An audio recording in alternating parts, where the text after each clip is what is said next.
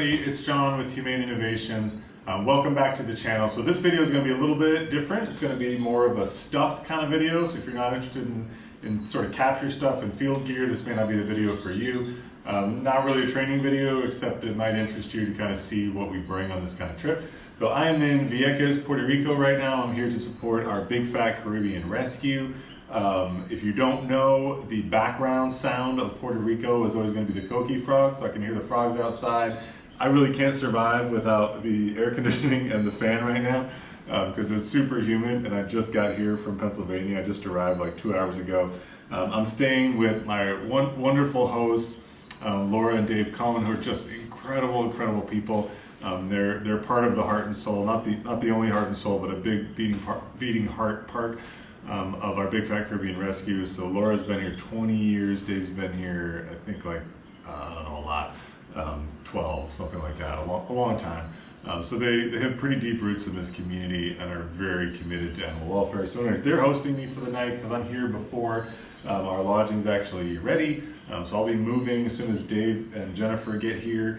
I do want to say a quick shout out to the Humane Society of the United States for supporting Dave in coming here, and the Animal Welfare League of Arlington for supporting Jennifer Toussaint and her trip here as well. All right, but anyways, we're gonna get into some stuff. Some of it's animal capture specifics, some of it's not. I apologize if the audio isn't great. Some of this stuff is just field gear, and I may touch on it if I think it's interesting or if I think you might like it. But I'm basically gonna unpack my bags, not anything personal, but all the field kits. So I got this really nice North Face bag. This is like my, I don't know, 10th North Face bag that I've ever had. They just work so well. I'm just gonna dig out things that are really important. So I've got a pair of custom dog handling gloves. These are not for sale, they don't exist, but still important to have on any dog project. Good pair of handling gloves, cats, dogs, whatever. Humane Innovations does have some new gloves coming to the market soon, so I will post that when it's ready. My Peak Designs toiletry bag, I won't open that for you, but sorry, not the toiletry, but the Peak Designs bags in general are just absolutely incredible. They're really well made. They're super intuitive and functional, and they just got spaces for everything. I use one for my camera gear, I use one for all of my charging wires and chargers, and I use one for my toiletry stuff because they're just amazing. All right, Patagonia cube organizers, really nice. Got a cube organizer for my clothes. We'll just get those out of the way. I've got a big, what is this, a 10 foot by 10 foot net for our Missy traps, to cover those traps. So I've got that net brand new, unopened. I've got a trap trigger. This is a custom trap trigger I built for our Big Fat Caribbean Rescue. So it is all the things that you'll see in our trap trigger videos, which I will definitely put in the description. This is a custom paint job with wiring loom. Custom paint job on the battery box as well, because we kind of want this whole system to just kind of be invisible. So we'll be playing with this in the field probably tomorrow. So that is part of that Missy trap, colony trap. So we do have we have a colony of 4 we need to get. We've got 2 different individuals, so sometimes we're individual trapping, sometimes not. All right, I've got a trauma kit. This is the same kit that I bring on my Arctic expeditions, so it's all the stuff that like 4 or 5 people would need for a couple of weeks in the backcountry. Tourniquet, front and center. I've got some hemostatic bandages in here. I've got quick clot. I've got a host of things for any sort of trauma that involves blood loss, because that's priority number 1. Stop the bleed. Won't get into huge details, but this is a great kit. This is Sea to Summit waterproof bag, and inside of this bag, I will just show you real quick, again, in case you're kind of a gear nerd like I am. Inside of that is another waterproof bag. This is actually an NRS Pro Paddler kit. It started off as that, which is nice because everything inside of it is an individual lock sack Ziploc bag, which are like super tough commercial Ziploc bags. But then it's all customized too. I've got all sorts of stuff that I added into it. Big bottle of Benadryl in case we get into any sort of anaphylaxis situation and we can't get the care fast enough. All right, I've got 1 of 3 collarm traps. This is really an advanced capture tool. It's a thing, it's really easy to hurt dogs with this. It's really got to be used really properly. So we've got a few of these because we do have difficult dogs. We're going to watch these the whole time they're out, and we're going to be really careful in our approach to getting any dogs. With that, I've got some salt tabs because I'm in an environment I'm not used to. Let's see, anything else that you might want to see? Rivet tool, because we're going to be riveting latches onto our Missy trap.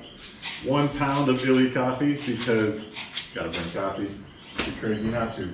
Good pair of hardware gloves, hardware store gloves as I call them, you know, work gloves. Those are Impact Mechanics brand. A couple of good work shirts. Don't want to get into any personal crap again. I think that's all that you might be interested in this bag. All right, let me open my hard case. My hard case is a golf bag. It's a hard golf bag. It's about the cheapest thing that is durable and will last. This has lasted a long time.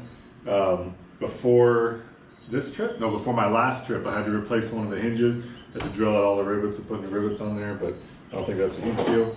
All right, so in order to do this whole Missy trap build, I've got a couple of cable locks for any traps, 3 Python locks. I've got some bungee cords for those doors. I've got a saw in case we do a building modification. I've got an impact driver for some of that basic install stuff. And then there's a drill bit and a wall mount for one of our cameras. I'll show you exactly. All right, 2 more column traps. Good stuff. A charger for the impact driver. Let's see, I've got a stand. This is a stealth cam stand for our cellular camera. It's a really nice stand. It's got a nice big base you can push down. We'll show that in the field in another video. I have an extension for the trap trigger. So this is a 15-foot extension with waterproof ends. So we have just a lot of options on how we deploy that thing. I've got 2 of the Field Pro leashes from Humane Innovations. I'll put these in the description as well. These are my favorite leash. These are our most popular leashes. This is what we sell the most of. I got a couple more parts for that camera. I've got my rivets. I've got some wood screws in case we need to mount that camera somewhere. And I've got the bits that I need for those screws. Yeah, so that's everything I need for the install. I've got a Freeman Y pole. So that Y pole is one of the key tools we're going to use, especially if we get dogs in the Missy trap or Tommy trap. I've got the parts of a Freeman hammock net. Get this guy out of here. Yeah. So I've got the long one. So if I have anything, a medium dog, anything but a big dog, I can use this tool even from the door of the trap, and I'll be able to get them into this net, or even if I just need it to kind of separate dogs. I've got a bite stick, which is a bite threshold sort of assessment tool. Talk about that in a different video. It's a professional tool. It's not used for hitting dogs, to be very clear, and it is a good defensive tool as well.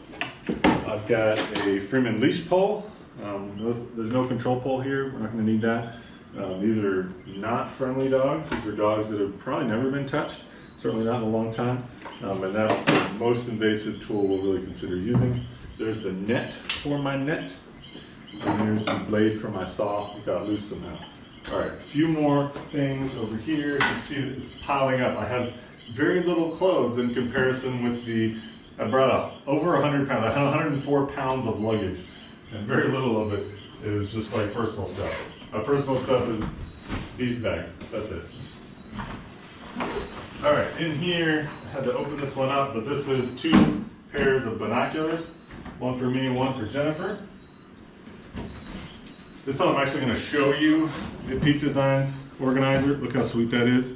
It's got little pouches for everything. I've got like memory cards, and I've got a hard drive. It's got a little special place for backup pen and pencil.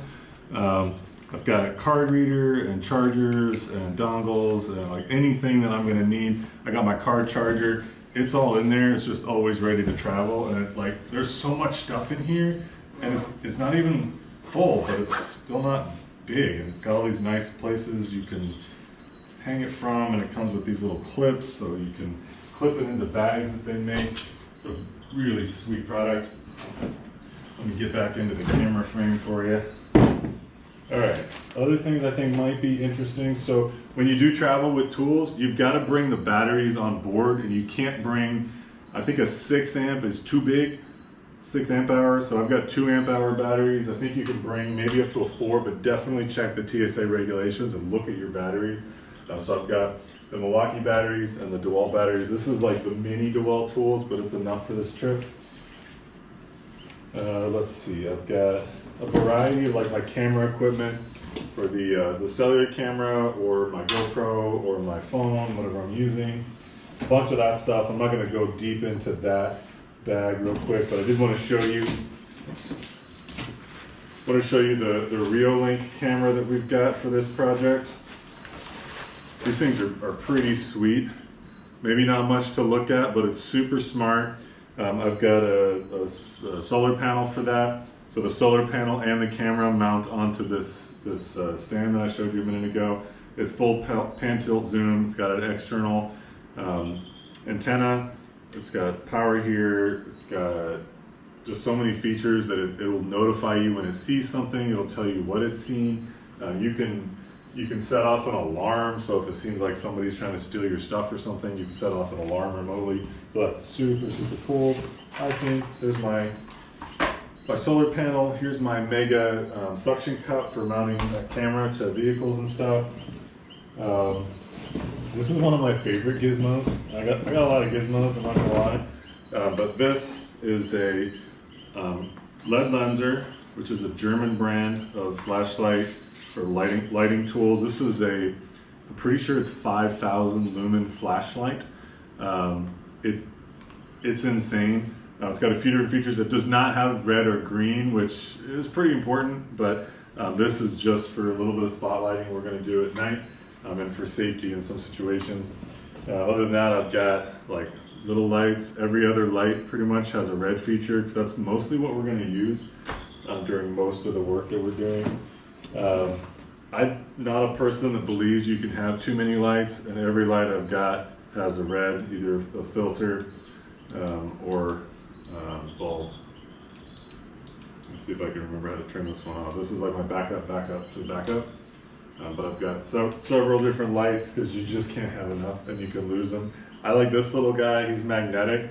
This is a Vieques, I don't remember what model it is, the SaltStick. This is pretty sweet. It actually does work as a battery bank, which I would never use it as. I like that it lets you change the temperature of the light. So if you can see, that's like really yellow and then really white. And then I can turn that off. And there's a little button here. I can turn it to red. So again, that red light, because that's mostly what we're going to use at night to protect our vision, but also so we don't scare animals. Maybe we're not too visible, and maybe we're a little less scary to animals for sure. All right, I think that's everything I really want to show you. Like, those are the core tools. There's other stuff tucked into pockets here or there. But I just want to give you kind of a look at the type of stuff that we're going to use to do this week of capture. And that's not including the like 70 cat traps and all the different trap covers and the shovels and all the other stuff. So maybe we'll do another little walkthrough of one of our vehicles a little bit later. I'm here alone for the next couple of days. I'm getting ready, prepping the traps and learning where the dogs are, doing all the mapping of where the colonies of cats are, where the individual or groups of dogs are. So getting all that intelligence ready for the team, the rest of the team when they get here. The dogs are already mostly on feeding schedules, so that's set. So I just need to see like what they're eating and where and how many dogs there are, get the camera out here, just gather some more information, put it all together in a way that when we can work from a plan together as a team and make sure the whole team is in good communications and they have a good sense of like where the clinic is, where the animal clinic is, and where the human clinic is, and where the fire department is, and where food is, and all that kind of stuff. So just making sure that everybody's ready, because I'm responsible for the team this week. So anyways, that's the update from Vieques. That's the stuff update. So thank you if you made it to this point in the video. And if you didn't, I get it. But if you're still here and you haven't already, please like the video, please subscribe to the channel, and please share with your friends as well.